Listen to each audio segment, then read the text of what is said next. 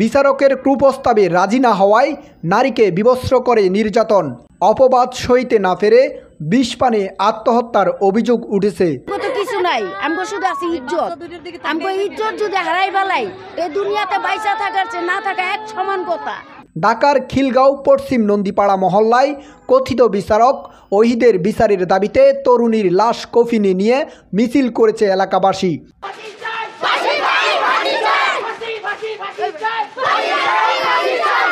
Dress সব খুলে ফেলাইছে, তার পায়জামা খুলে ফেলাইছে, খুলে ফেলাইছে। তারপর মেয়েটা কোনো রকম চিকরি করে কোনো রকম গেটটা খুলে দৌড় দিচ্ছে। 2 সন্তানের জননী জাকিয়ার স্বামীর সাথে ডিভোর্সের পর বাসা বাড়িতে ঝিঁয়ের কাজ করত। ওহিদের বাসায় কাজ করতে গিয়ে তার পরিচিত খলিলের সাথে পরকীয়া প্রেমের সম্পর্ক গড়ে উঠে জাকিয়ার। পায়জামা নিয়েও কথা উঠছে, পরে ওনারে কুপ্রস্তাব করছে যে ওনাদের সাথে শুইতে হবে, তাহলে তোর বিচার আমরা সুষ্ঠু করব। বিচার এক পক্ষ বিচার হয়েছে, মেয়ের কোনো বিচার হয় না, ছেলের পক্ষে নিয়ে বিচার হয়েছে। মেয়ের আর উল্টাপাল্টা গালাগালি করা হয়েছে, মারধর করা হয়েছে। তো এখন মেয়েগুলো সহ্য করতে না পাইরা মেয়ে একটা সুইসাইড করছে, সুইসাইড করার সময় সুইসাইড একটা নোট লেখা গেছে। এ ঘটনায় জাকিয়া ওহিদের কাছে বিচার চাইতে গেলে আত্মীয় স্বজনকে মারধর করে তাড়িয়ে দেয়। অভিযুক্ত ওহিদ ও তার স্ত্রীর সহযোগিতায় বাসার ভেতরের একটি কক্ষে আটক রেখে নির্যাতন করে।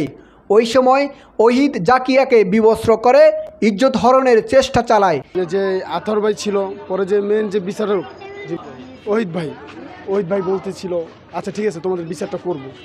এখন ওখানে আমরা বিচারের জন্য গেছি, বিচারের জন্য ঢোকার পর তাদের বললাম জি ভাই আপনি বিচারটা করেন। এরা বলতেছে হ্যাঁ তোদেরই লাগবে, আয় তোরা ভিতরে। তো আমরা ভিতরে ঢুকছি, ভিতরে ঢোকার পর সে আমাকে অনেক কথা বলছে, হস্তনস্ত করছে। ওহিদ যে লোকটা, ওহিদ আমার ভাগ্নিকে ঢুকায় ঘরের ভিতরে জবরদস্তি করছে। তার বউ ওহিদ ভাই ছিল, ওহিদ ভাই তার ওয়াইফ ছিল, রুমের ভিতরে ঢুকায় আমাদের পিঠে বাইর করে আমাদের গজারি দেখায় ভয় বাইর করে দিছে। তারপর ওই মেয়েটাকে একলা রুমে নিয়ে তারা তাদের সাথে হস্তনস্তার মেয়ের ড্রেস সব খুলে ফেলাইছে, তার পায়জামা খুলে ফেলাইছে, খুলে ফেলাইছে। তারপর মেয়েটা কোনো রকম চিকরি করে কোনো রকম গেটটা খুলে দৌড় দিচ্ছে। তাদের বললো কয় ঠিক আছে তোদের বিচারটা দেখবো, তোদের 25,000 টাকা জরিমানা দিলাম, আর 25,000 টাকা রবিবার দিন দিব, তোর আপাতত 25,000 নেই। এই জিদ্দে যে ওই যে শরীরের ড্রেস খুলে ফেলাইছি করছে, রুমে ঢুকায় সব থাইটই আটকাই দিছে করছে ওহিদ। নিজেকে আত্মরক্ষা করে সেখান থেকে পালিয়ে আসে জাকিয়া। ঘটনার পরদিন লোকলজ্জার ভয়ে বিষ পানে আত্মহত্যা করে। কুপ্রস্তাব দিয়েছে হলে আপনার বিচারক, যে দুইজন এই বিচারক, ওনার নাম হইলে একজনের নাম ওহিদ, আরেকজনের নাম হইলে গিয়া আতাউর। এই এলাকার প্রতাপশালী, ওনারা মাদক ব্যবসা করায় এবং কি টাকা দেয়, ক্যাটার পালে, বাড়ি গাড়ি টাকা পয়সা সবই আছে।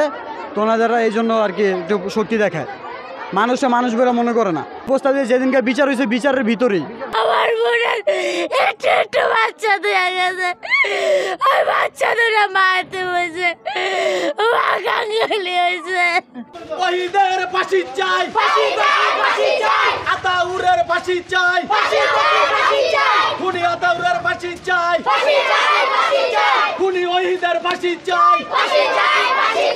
মৃত্যুর জন্য ওহিদ এবং আতাউরকে দায়ী করে এমন দাবি করে আসছেন জাকিয়ার স্বজনরা। গাজী মহিনুদ্দিন, স্বদেশ বাংলা, ঢাকা।